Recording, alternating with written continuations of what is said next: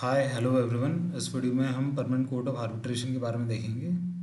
अब ये body news में क्यों आई? इंडिया और इटली के बीच में एक इशू चल रहा था। इटली के जो मैराइंस थे उन्होंने भारत के कुछ मछुआरों को गोली मार दी थी। ये करीबन 2012 की बात है।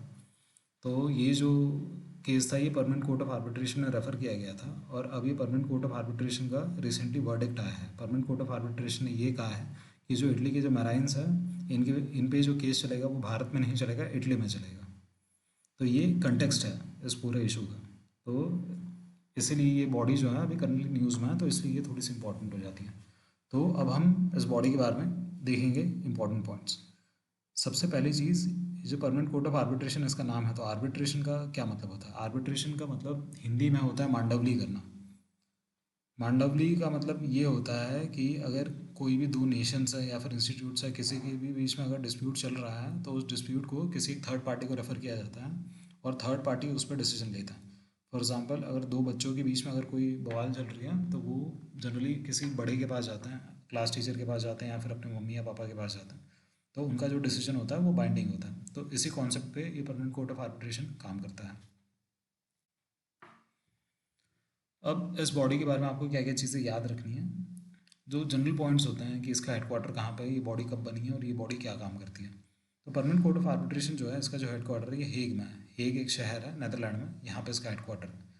अब हेग जो शहर है ये काफ़ी इंटरेस्टिंग है। ये इंटरेस्टिंग इसलिए है क्योंकि जितने भी इंटरनेशनल डिस्प्यूट सेटलमेंट्स की जो बॉडी है बड़ी बड़ी, परमानेंट कोर्ट ऑफ आर्बिट्रेशन हो गया, इंटरनेशनल कोर्ट ऑफ जस्टिस हो गया, इंटरनेशनल क्रिमिनल कोर्ट हो गया, इन तीनों के जो हेडक्वार्टर्स है ये हेग में ही है। और ऐसा क्यों है? क्योंकि हेग में 1899 में एक हेग कन्वेंशन साइन हुआ था। ये जो हेग कन्वेंशन है ये निकोलस सार जो थे, रशिया का जो राजा था, उसने इनिशिएटिव लिया था कि इंटरनेशनल डिस्प्यूट्स को हम किस तरीके से रिजॉल्व करेंगे। तो इसलिए ये हेग कन्वेंशन लाया गया था 1899 में।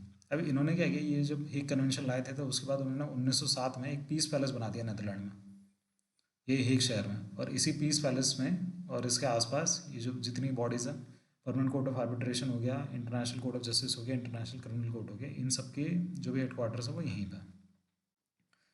इसके अलावा जो परमानेंट कोर्ट ऑफ आर्बिट्रेशन है ये यूनाइटेड नेशन की स्पेशलाइज एजेंसी नहीं है। यूनाइटेड नेशंस की स्पेशलाइज एजेंसीज कौन सी होती है? फॉर एग्जांपल जैसे वर्ल्ड हेल्थ ऑर्गेनाइजेशन हो गया या फिर यूनेस्को हो गया।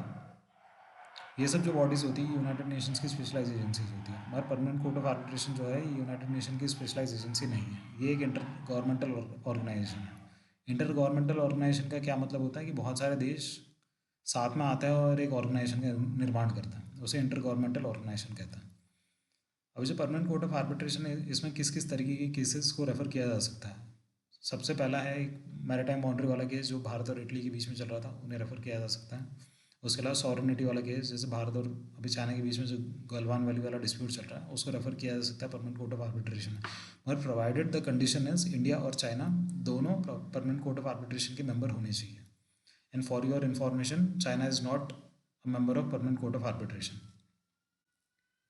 इसके अलावा ह्यूमन राइट्स के अगर केसेस हैं उनको रेफ़र किया जा सकता है। इंटरनेशनल ट्रेड वगैरह के जो डिस्प्यूट्स हैं इनको भी रेफ़र किया जा सकता है। ये जो लिस्ट है ये एक्सटेंसिव नहीं है, ये जस्ट इंडिकेटरी है कि इस तरीके के केसेस रेफ़र किए जा सकते हैं। इसके अलावा परमानेंट कोर्ट ऑफ आर्बिट्रेशन जो है इसने एक फ़ंड सेटअप कर रखा है, इसे फाइनेंशियल असिस्टेंस फंड कहते हैं। अब ये फ़ंड किस लिए है? जो गरीब देश होते हैं, गरीब देश मतलब जो डेवलपिंग नेशंस होते हैं जिनके पास इंटरनेशनल डिस्प्यूट्स को रिजॉल्व करने के अगर उनकी फाइनेंशियल कैपेबिलिटी नहीं है तो उनको ये body permanent court of arbitration जो है वो फाइनेंशियल असिस्टेंस फंड के थ्रू असिस्ट करता है, मतलब कुछ पैसा देता है आर्बिट्रेशन में, आर्बिट्रेशन को रिजॉल्व करने के लिए। तो ये ब्रीफली हमने इस बॉडी के बारे में देख लिया। एक और चीज़ जो लास्ट पॉइंट है, इस बॉडी में अराउंड 122 मेंबर्स हैं। परमानेंट कोर्ट ऑफ आर्बिट्रेशन के मेंबर्स 122 हैं। तो इसका जो डोमेन है ये जो 122 देश है इन्हीं पे लगेगा। मतलब कोई भी इशू अगर होता है तो अगर इन देशों के बीच में होता है तो वो रेफ़र किया जा सकता है, या फिर जो यूनाइटेड नेशंस की जो बॉडी होती है अगर वो इस अगर कोई इशू को रेफ़र करती है परमानेंट कोर्ट ऑफ आर्बिट्रेशन को, तब ये उस इशू को रिजॉल्व कर सकता है।